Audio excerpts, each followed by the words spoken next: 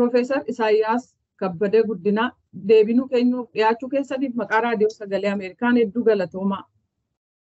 Isinis waan affeertaniif galatoomaan jedha. Waa'ee dhukkuba gifiraa yookiin afaan Ingiliffaan measles jedhamudha mariin keenya har'aa. Dhukkubi kun maalidha?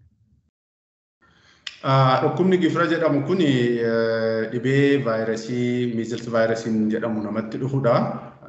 Dhibee daa'imman keessumattuu waggaa 5 gadi jiran bareechee hubuu keessumattuu biyyoota guddataa jiran keessatti jechuudha. Amma garuu dhibeen kun dhibee talaalliidhaan namarraa ittifamuu danda'udha. Egaa akkuma himamaa jiru biyya keessatti dhukkubi kun amma ka'ee talaalliin kennamaa jira jedhama. Mee haala jiru naa ibsaa.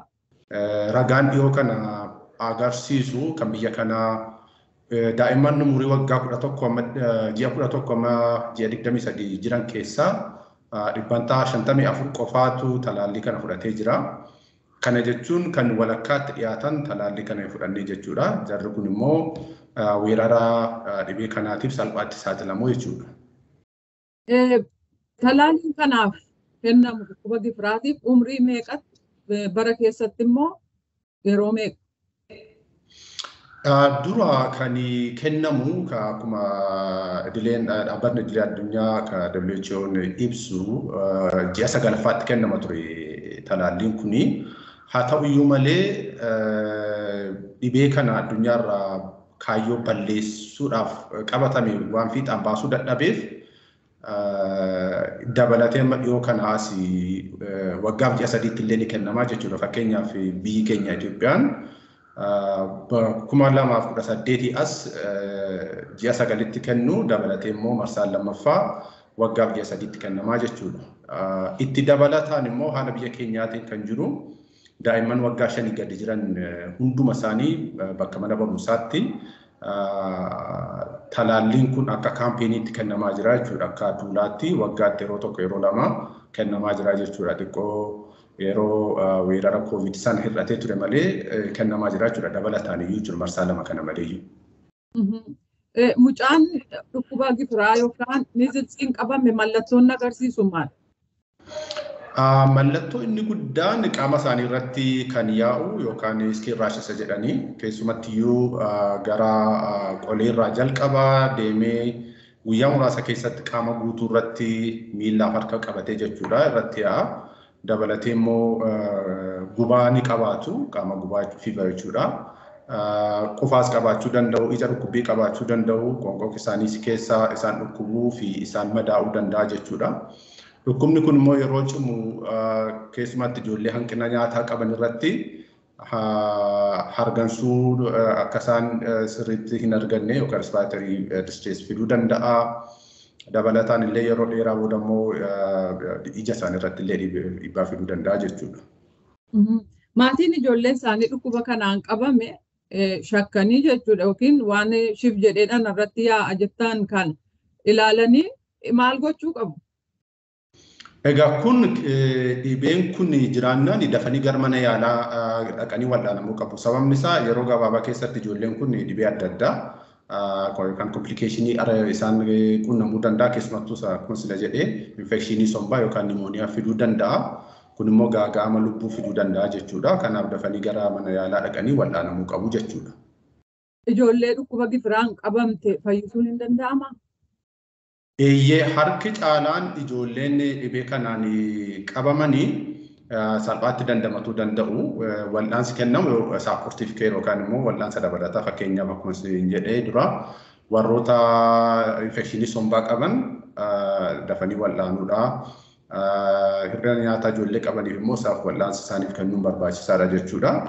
Kanaachi waan dhangala'aa sirriitti haala nyaata isaanii gubaa qaama isaanii wal'aanuudhaan salphaatti dhibee kana dandamatuu danda'u jechuudha ijoolleen dhibee kana qabaman.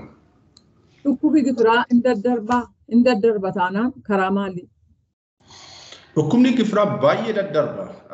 Tarii dhukkuboota addunyaa kanarra jiran dhukkuboota daddarboo jedhan keessaa kan akka gifiraa baay'ee namatti darbu saffisaan namatti darbu tarii jiraachuu dhiisuu ni mala. Fakkeenyaaf karaan ittiin daddarbu keessaa tokko qaama wal tuttuquudha. Hafuuraan darbuu danda'a, qufaan darbuu danda'a, dhangala'aa afaanii funyaan keenya keessaa ba'uun fakkeenyaaf hancufaan namatti darbuu danda'a. Dabalataan illee fakkeenyaaf namni dhibee kanaan qabame kutaa keessa jiru qufa'ee ba'eellee qilleensarra ture vaayirasiin kun tarii sa'aatii 2 sa'aatii 3 booda nama dhufee seenu illee qabuu danda'a jechuudha.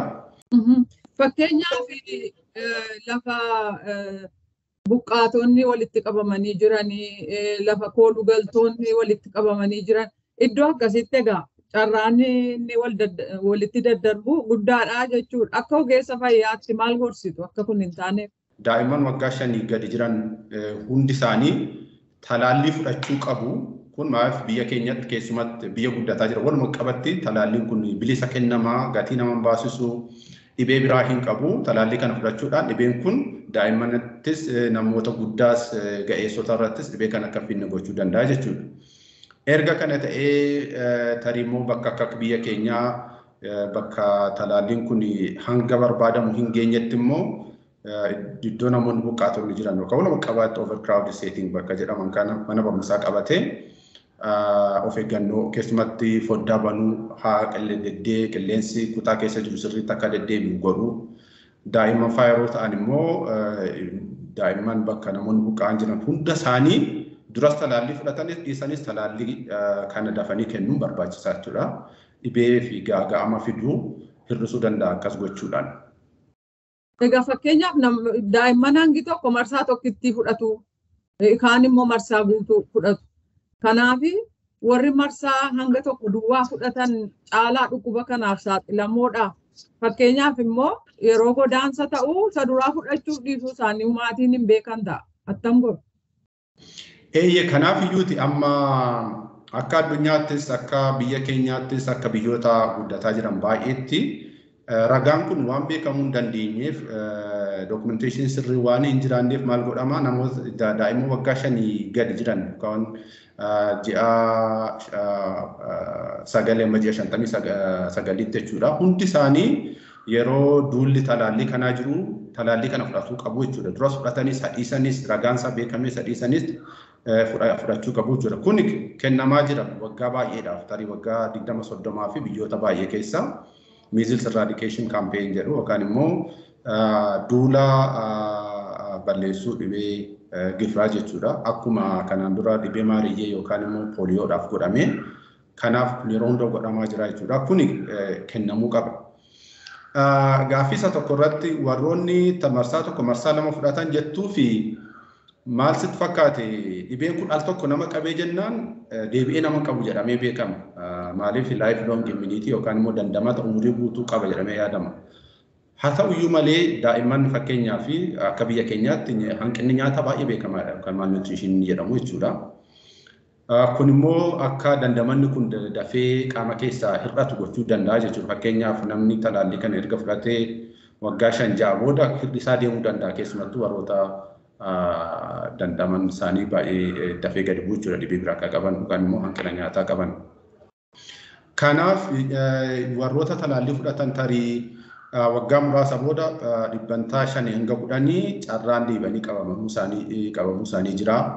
Haa ta'u iyyuu malee namoonni al tokko talaallii kana fudhatan dhibeen isaanitti dhufu akka namoota talaallii fudhanne garmalee cimaa ta'uu dhiisuu ni mala.